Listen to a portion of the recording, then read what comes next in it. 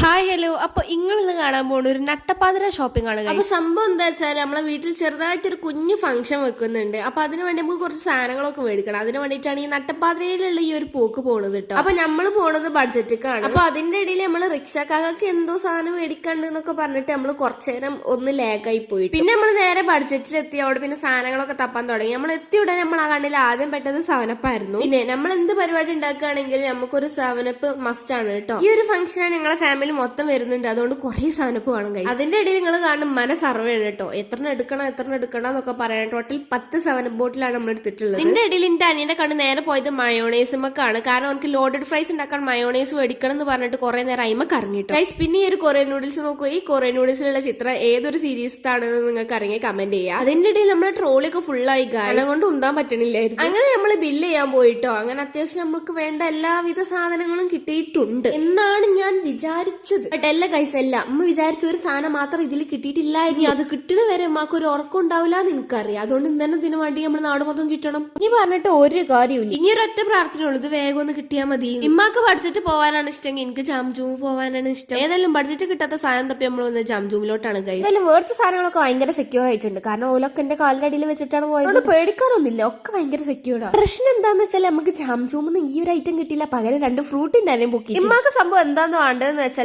Bamboo stick ആണ് guys. അതിന് വേണ്ടിയിട്ടാണ് നമ്മൾ ഇത് ഇങ്ങനെ നടക്കും. അതെന്തിനാന്ന് വെച്ചാൽ ഫംഗ്ഷൻ തുടങ്ങുന്ന ടൈമിൽ ഫാമിലി മെമ്പേഴ്സ് ഒക്കെ വരുമല്ലോ. അപ്പൊ വെൽക്കം ഡ്രിങ്കിനൊപ്പം കോൽമ കുത്തിയ ചിക്കൻ ഒക്കെ കൊടുക്കാനാണ്. അതും വെറും ചിക്കൻ അല്ല, അമ്മ ഉണ്ടാക്കിയ സ്പെഷ്യൽ ചിക്കൻ, കോൽമ കുത്തിയ ചിക്കൻ. ലാസ്റ്റ് തപ്പി ഒരു കടയിലെത്തി. ആ ഒരു കട കണ്ടപ്പോ തന്നെ ഈ കടയിൽ നിന്ന് ഞാൻ ആ സ്റ്റിക്ക് മേടിച്ചതെന്ന് പറഞ്ഞു. ഇത് ആദ്യം പറഞ്ഞു. അപ്പൊ അമ്മക്ക് ഓർമ്മയില്ല. ലാസ്റ്റ് അമ്മ പറഞ്ഞു, അമ്മ ഉദ്ദേശിച്ച സ്റ്റിക്ക് കിട്ടിയില്ല, പകരം വേറെ സ്റ്റിക്ക് മേടിച്ചിട്ടുണ്ട്, അത് വെച്ച് നമുക്ക് അഡ്ജസ്റ്റ് ആക്കാം. മതി, ധാരാളം. ഈ ഒരു മരം കാണാൻ ഒരു പ്രേതാലയത്തിലുള്ള ഒരു മരം പോലെ ഇല്ല. ഏതായാലും സാധനമൊക്കെ വാങ്ങിയാൽ വീട്ടിലെത്തിയ അമ്മന്റെ സ്റ്റിക്ക് നോക്കാനാ വന്നു. അപ്പൊ ഗൈസ് തൂത്തിക്ക് മേടിച്ചിട്ട് വന്നു. പറഞ്ഞിട്ട് ഒന്നും കാര്യമില്ല ഗൈസ്. അപ്പൊ ഇത്രയേ ഉള്ളൂ.